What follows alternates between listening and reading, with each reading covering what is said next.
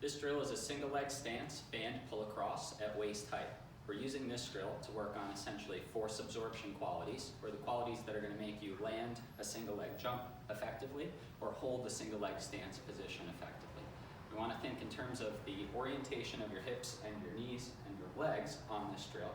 Skating is more so the posture we want to be in. That's going to allow my chest to come slightly forward, counterbalanced with a sit back into my hip.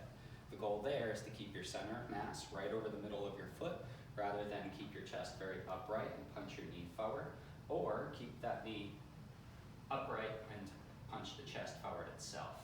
So as I turn back towards the camera, how this drill is going to work is I'm going to be working on my right leg, and I'm going to have the band pulling off to my left-hand side over my arch.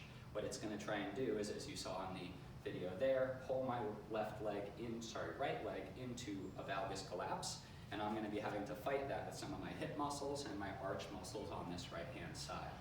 With the band off in both hands, I'm going to start with no tension, and I'm going to start with both feet flat.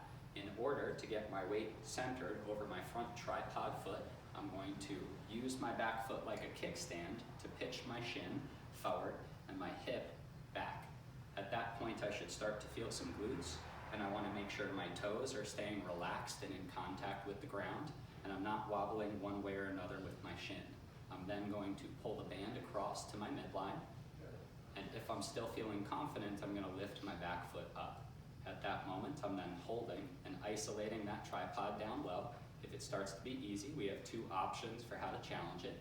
You can go with back foot toe taps, or we can go with a punch out of the band along our midline. You want to stick to whichever one you've been instructed to use as your challenge level, and you're going to stick to the prescribed amount of sets and reps. At the end of a good set, you should feel like you've done work through your calf muscles and your glutes.